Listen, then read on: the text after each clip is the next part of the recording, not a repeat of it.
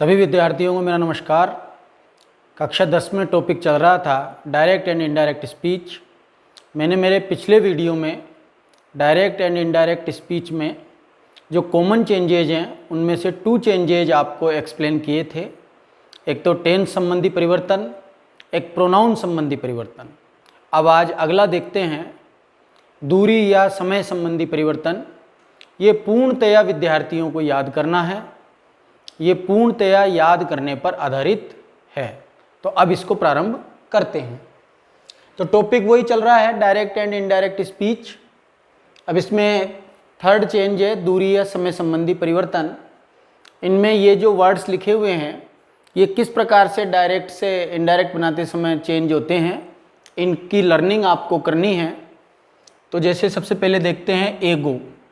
एगो का हो जाएगा बिफोर।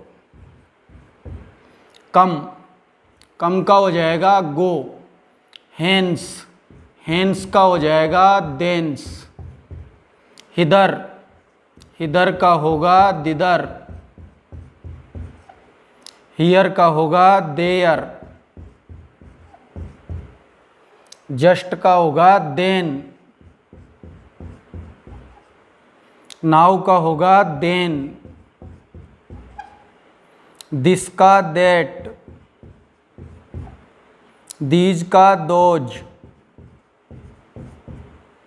थस का सो। टुनाइट का दैट नाइट।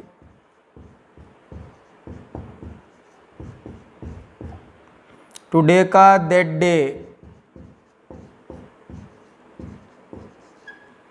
जस्ट नाउ का जस्ट देन।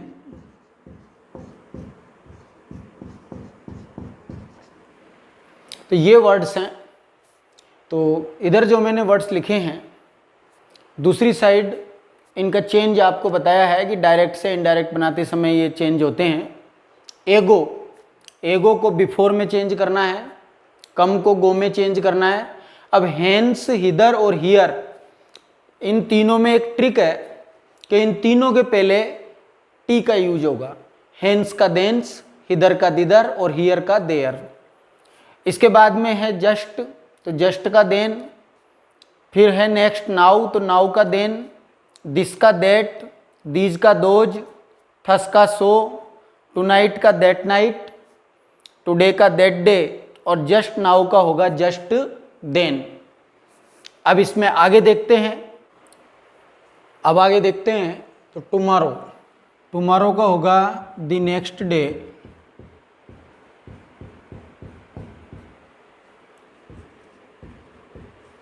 या द फॉलोइंग डे।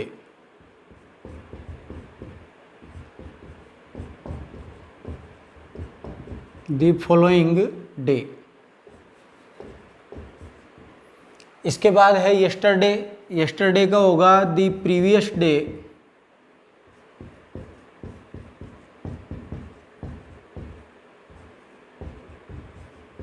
या द डे बिफोर।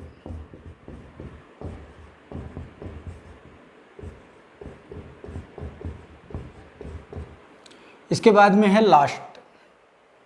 लास्ट का होगा द प्रीवियस।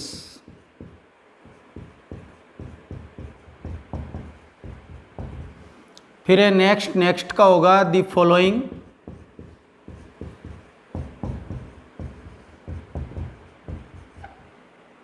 फिर है यस्टरडे मॉर्निंग। यस्टरडे मॉर्निंग का होगा द प्रीवियस मॉर्निंग।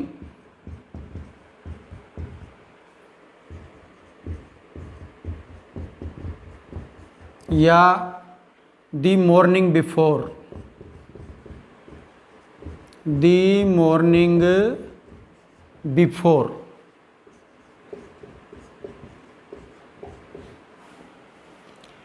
इसके बाद में है द डे बिफोर यस्टरडे।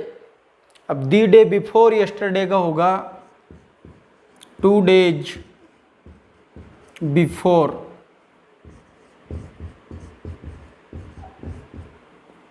और दी डे आफ्टर टुमारो इसका होगा इन 2 days टाइम। अब एक बार दोबारा से इनको केयरफुली देखेंगे। ये टोटल 20 वर्ड्स हैं दूरी या समय संबंधी परिवर्तन के अंतर्गत। तो डायरेक्ट से इनडायरेक्ट का जब चेंज होता है तब ये परिवर्तन करना होता है। ये परिवर्तन पूर्णतया विद्यार्थियों का याद करने पर आधारित है।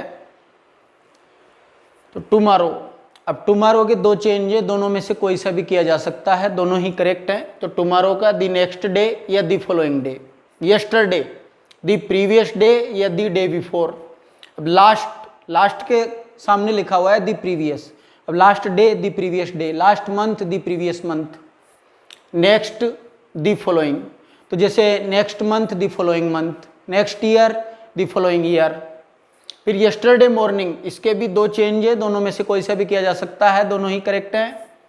द प्रीवियस मॉर्निंग या द मॉर्निंग बिफोर। फिर है द डे बिफोर यस्टरडे, इसका होगा 2 days बिफोर। और फिर है द डे आफ्टर टुमारो, इसका होगा इन 2 days टाइम। तो इस प्रकार से अब दूरी या समय संबंधी परिवर्तन समाप्त होता है। तो रिपोर्टेड स्पीच या नरेशन जिसको अपन बोल रहे हैं, या डायरेक्ट एंड इनडायरेक्ट स्पीच, ये जो टॉपिक चल रहा है, इसमें पिछले वीडियो में मैंने आपको समझाए थे 2 चेंजेज, टेंस संबंधी परिवर्तन और प्रोनाउन संबंधी परिवर्तन। और आज इसमें देखा है दूरी या समय संबंधी परिवर्तन। अब ये जो 3 चेंजेज हैं ये कॉमन हैं। ये 3 चेंजेज सीखने के बाद में अब प्रारंभ करेंगे अफर्मेटिव सेंटेंस को डायरेक्ट से इनडायरेक्ट में बदलना। तो अब प्रारंभ करते हैं affirmative sentence. Number 1, affirmative sentence. Affirmative sentence को हिंदी में कहेंगे साधारण वाक्य। साधारण वाक्यों को डायरेक्ट से इनडायरेक्ट में बदलना। अब देखेंगे इसके रूल्स। ये जो 3 चेंजेस थे ये कॉमन है, ये विद्यार्थियों को आने चाहिए। Affirmative sentence rule 1।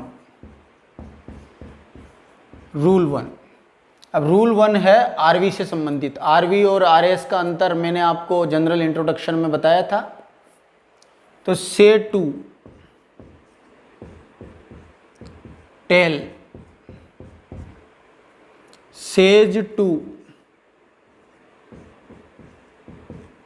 टेल्स और सेड टू, टोल्ड। ये चेंज आपको याद करना है। अब से टू, अगर से है तो टेल, से V1 है, टेल V1 है। से के अंदर एस लगा हुआ है तो टेल में भी एस लग जाएगा। अगर से की सेकंड फॉर्म है V2 सेड, तो टेल की भी सेकंड फॉर्म हो जाएगी टोल्ड। तो से टू का टेल करना है, सेज टू का टेल्स करना है और सेड टू का करना है टोल्ड। ये अफर्मेटिव सेंटेंस की बात है। लेकिन मैंने आपको पहले भी बताया था कि टू प्रीपोजिशन का प्रयोग तब होगा आरवी में जब टू के बाद दिया गया हो ऑब्जेक्ट। अब अगर ऑब्जेक्ट नहीं होगा तो टू भी नहीं होगा।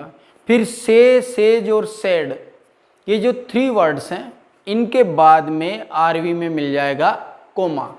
तो फिर इनमें कोई चेंज नहीं करना है, ये एज इट इज यूज होंगे।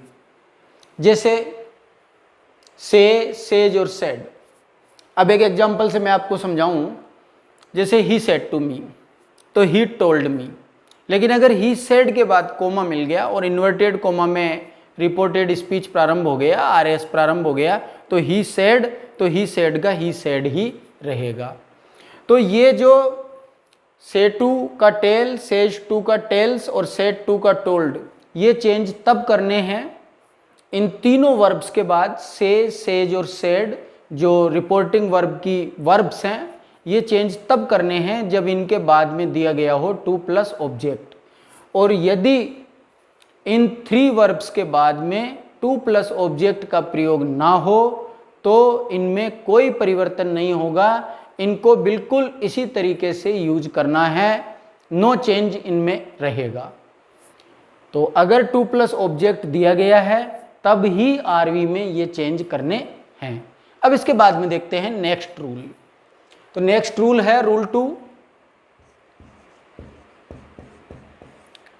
रूल 2, कनेक्टिव के स्थान पर दैट का प्रयोग करना है। दैट कनेक्टिव रहेगा।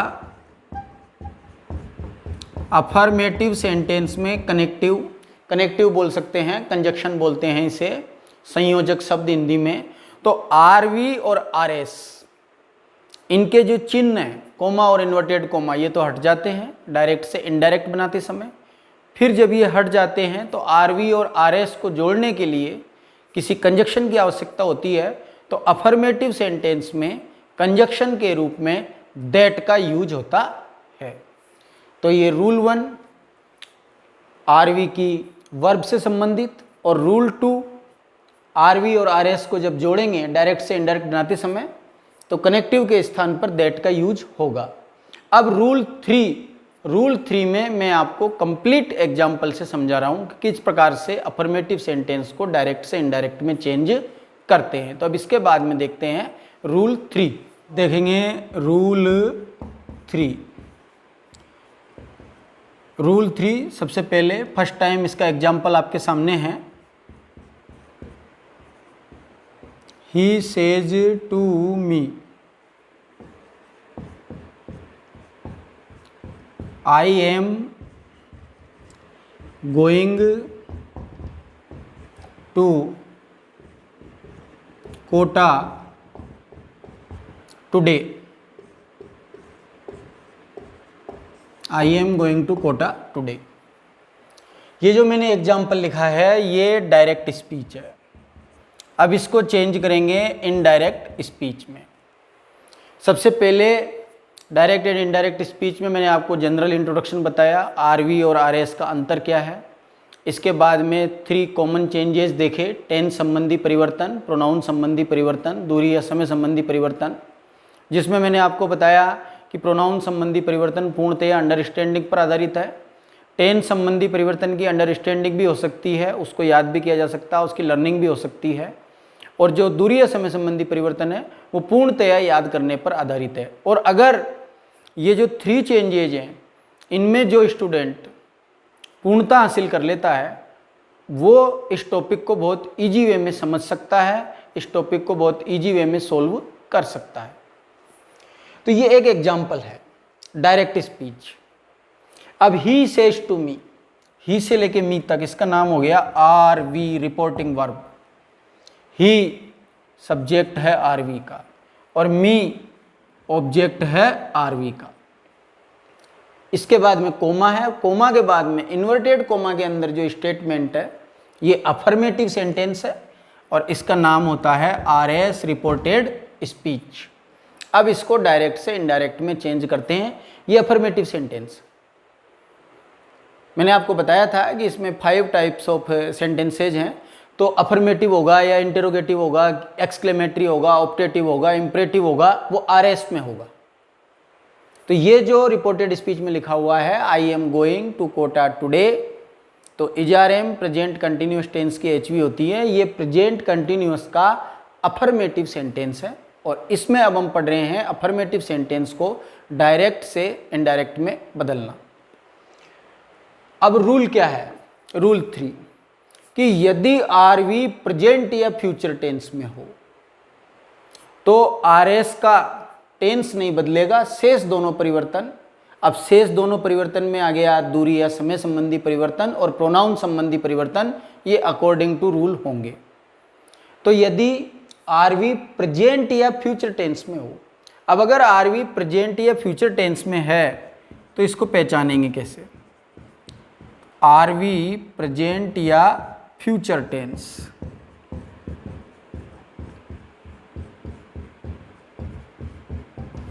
तो इसको पहचानने के तरीके हैं। आरवी अगर हो प्रेजेंट या फ्यूचर टेंस में, से, सेज, सेल से और विल से। अब से और सेज ये तो इंडिकेशन है प्रेजेंट टेंस का। प्रेजेंट इंडेफिनिट के अफर्मेटिव में होता है V1 या V1 में SEIS, और ये सेल के बाद से आया है, विल के बाद से आया है, मतलब सेल या विल प्लस V1 ये चलता है फ्यूचर इंडेफिनिट टेंस में, ये फ्यूचर इंडेफिनिट टेंस की HV है। तो यदि RV प्रेजेंट या फ्यूचर टेंस में हो तो मेनली ये 4 आपको दिखेंगे, इनके आधार पर आइडेंटिफाई करना है कि RV प्रेजेंट या फ्यूचर टेंस में है। तो इसके लिए ये चारों आपको याद होने चाहिए, से, सेज, सेल से और विल से। तो अगर इनमें से कोई भी यूज होता है RV में तो फिर RS का टेंस नहीं बदलेगा और शेष दोनों परिवर्तन, दूरी या समय संबंधी परिवर्तन और प्रोनाउन संबंधी परिवर्तन नियमानुसार होंगे। तो अब इसको डायरेक्ट से इनडायरेक्ट में चेंज करते हैं। तो सबसे पहले ही लिखा, अब सेज टू, अभी आपने देखा था रूल 1 में कि सेज टू, तो सेज टू का टेल्स, तो ही टेल्स मी। यहाँ तक RV का चेंज समाप्त हुआ। अब इसके बाद में ये कॉमा इन्वर्टेड कॉमा हट जाएगा। और अभी मैंने आपको रूल बताया, रूल 2, कि कनेक्टिव के स्थान पर, कंजक्शन के स्थान पर अफर्मेटिव सेंटेंस में दैट का यूज होता है। तो ही टेल्स मी दैट, तो ये दैट का यूज कर लिया, दैट कनेक्टिव है। अब इसके बाद में RS के चेंज हैं। तो से, सेज, सेल से और विल से, इन चारों में से इसमें क्या मिल गया, इसमें मिल गया सेज। तो इसका मतलब RV प्रेजेंट या फ्यूचर टेंस में है। तो अब इधर टेंस का चेंज नहीं करना है, प्रोनाउन का और दूरी या समय संबंधी परिवर्तन का करना है। तो सबसे पहले देखते हैं आई। अब आई प्रोनाउन है, फर्स्ट पर्सन है, फर्स्ट पर्सन बदलता है, मैंने आपको बताया पहले कि फर्स्ट पर्सन बदलता है RV के सब्जेक्ट के अनुसार। तो आई चेंज होगा ही के अनुसार। तो दैट के बाद लिख दिया ही, आई का हो गया ही, ये प्रोनाउन संबंधी परिवर्तन है। अब इसके बाद में एम। अब टेंस के परिवर्तन में मैंने आपको बताया कि प्रेजेंट कंटिन्यूअस बदलता है पास्ट कंटिन्यूअस में। अब एम प्रेजेंट कंटिन्यूअस की HV है, मतलब इजार एम का चेंज होता है वाजवर में। तो अब टेंस का चेंज तो इसमें करना ही नहीं है। क्यों नहीं करना है? रिस्ट्रिक्शन क्या है कि इधर सेज आया है, मतलब RV प्रेजेंट या फ्यूचर टेंस में, तो टेंस का चेंज तो इसमें करना नहीं है, मतलब इजार एम का वाजवर इसमें करना नहीं है। लेकिन फिर भी इसमें एक चेंज करना पड़ेगा और वो उसी टेंस का इनर चेंज है। प्रेजेंट कंटिन्यूअस में ही इनर चेंज करना पड़ेगा। वो इसलिए करना पड़ेगा कि आई के साथ तो एम का यूज होता है, लेकिन ही के साथ एम का यूज नहीं हो सकता। ही सिंगुलर नंबर है और सिंगुलर नंबर के साथ प्रेजेंट कंटिन्यूअस में इज का यूज होता है। तो दैट ही इज, इसके बाद में लिख देंगे गोइंग, फिर टू, फिर कोटा, और टुडे का जो आपने आज ही देखा दूरी या समय संबंधी परिवर्तन, तो टुडे का हो जाएगा दैट डे, टुडे का दैट डे। अब एक बार दोबारा से देखेंगे इसे कि रूल 3 क्या है कि यदि RV प्रेजेंट या फ्यूचर टेंस में हो, से, सेज, सेल से, विल से, इनमें से कुछ मिल जाए, तो ऐसी कंडीशन में RS का टेंस नहीं बदलता है, शेष दोनों परिवर्तन नियमानुसार होते हैं। तो ही सेज टू मी, ये RV है, तो इसमें सेज आ गया, तो इसका मतलब RV प्रेजेंट टेंस में है।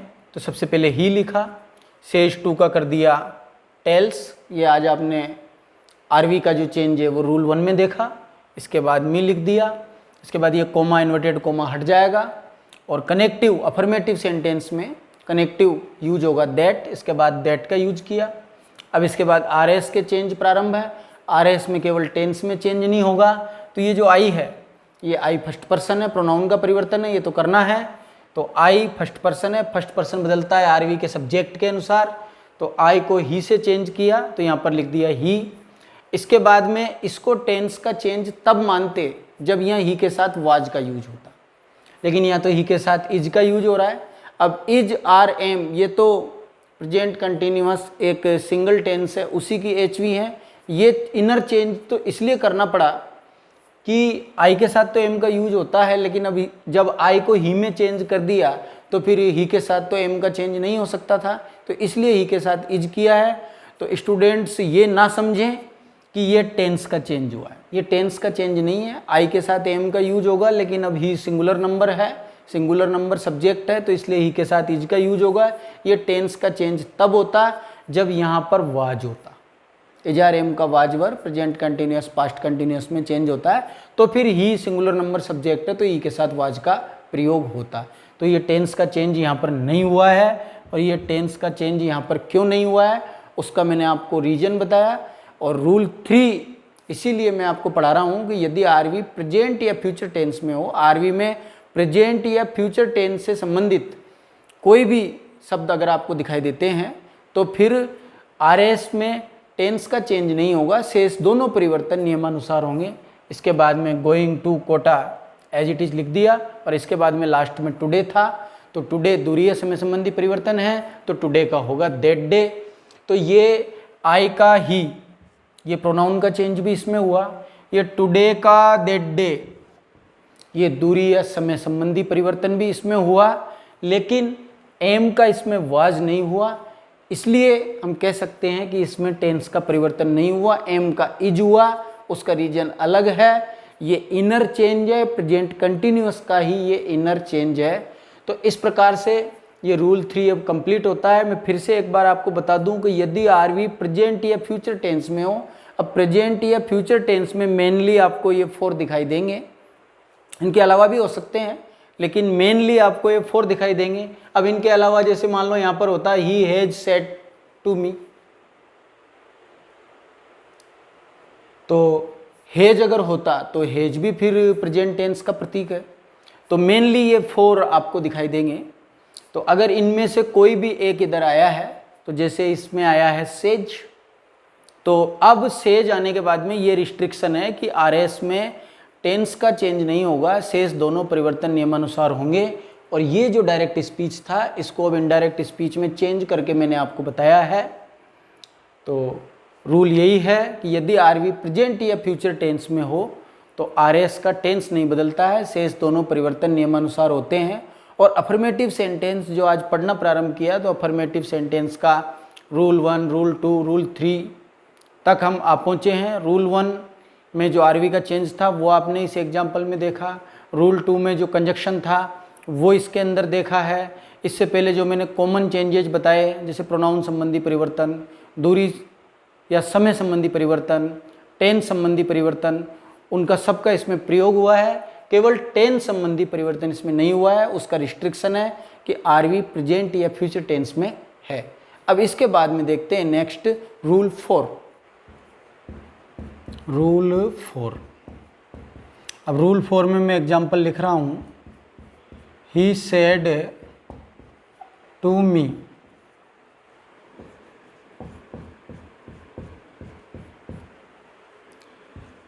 I am going to Kota today, I am going to Kota today. ये डायरेक्ट स्पीच है, अब इसको चेंज करते हैं इनडायरेक्ट स्पीच में।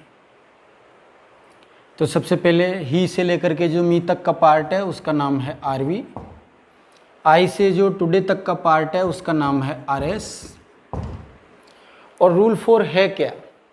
तो रूल 4 का मतलब है कि यदि आरवी किस में हो, पास्ट टेंस में, पास्ट टेंस।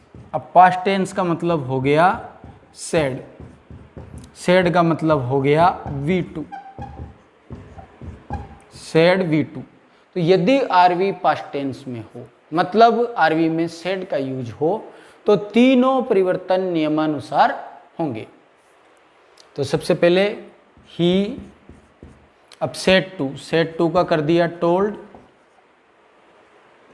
मी, फिर कनेक्टिव लगाया दैट, फिर आई प्रोनाउन का परिवर्तन है। अब आई फर्स्ट पर्सन है, फर्स्ट पर्सन बदलता है आरवी के सब्जेक्ट से, मतलब ही से, आरवी का ऑब्जेक्ट है मी। तो ये जो आई है, आई का चेंज हुआ है ही से, तो आई के स्थान पर लिख दिया ही। अब इसमें टेंस का चेंज भी होगा, तो इजार एम का वाज वर्ब, प्रेजेंट कंटिन्यूअस का पास्ट कंटिन्यूअस, तो ही सिंगुलर नंबर सब्जेक्ट है तो ई के साथ वाज, फिर going to Kota that day.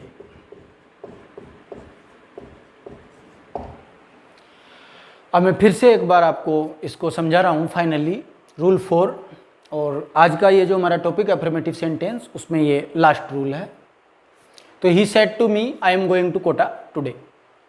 अब ये ही से लेके मी तक का जो पार्ट है, ही से लेके मी तक का जो पार्ट है इसका नाम है आर वी, और आई से टुडे तक का जो पार्ट है इसका नाम है आर एस।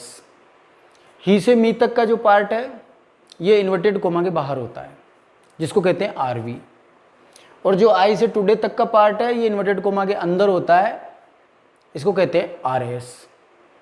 अब कैसे डायरेक्ट से इनडायरेक्ट में चेंज किया है, तो सबसे पहला परिवर्तन देखेंगे कि सेड टू का टोल्ड, ये आज रूल 1 में देखा था। लेकिन अगर सेड के बाद कोमा होता, टू मी इसमें नहीं होता, मतलब टू प्लस ऑब्जेक्ट इसमें नहीं होता, तो फिर सेड का सेड ही रहता। तो ही टोल्ड मी यहाँ तक हो गया। इसके बाद ये कोमा, इन्वर्टेड कोमा ये हटा दिए। कनेक्टिव, तो कनेक्टिव के स्थान पर दैट का यूज होता है।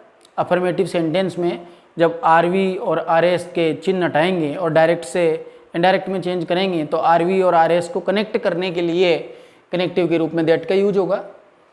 इसके बाद में रूल 4 है कि भाई यदि आर वी पास्ट टेंस में हो, पास्ट टेंस का मतलब सेड, तो उधर सेड का यूज हुआ है, तो तीनों परिवर्तन नियमानुसार होंगे, मतलब टेंस संबंधी परिवर्तन भी होगा, प्रोनाउन संबंधी परिवर्तन भी होगा, और दूरी या समय संबंधी परिवर्तन भी होगा। तो इसमें ये तीनों परिवर्तन हुए हैं।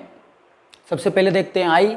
अब आई तो फर्स्ट पर्सन है, फर्स्ट पर्सन बदलता है आर वी के सब्जेक्ट के अनुसार, तो आई का चेंज हुआ है ही से, मतलब ये तो प्रोनाउन संबंधी परिवर्तन है, तो ये आई का हो गया है ही।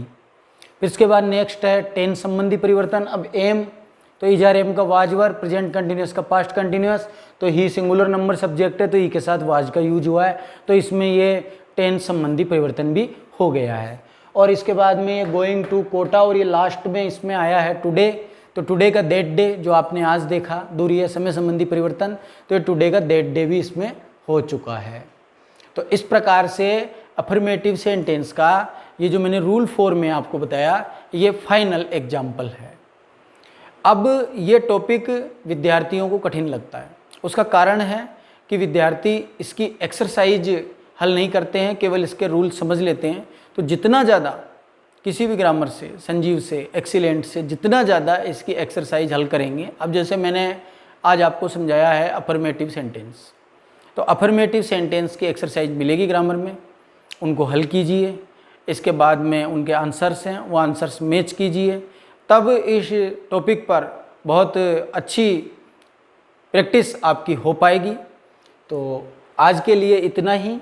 अभी अफर्मेटिव सेंटेंस समाप्त नहीं हुए हैं, अभी इनमें कुछ मैटर और शेष है जो मैं आपको मेरे नेक्स्ट वीडियो में बताऊंगा।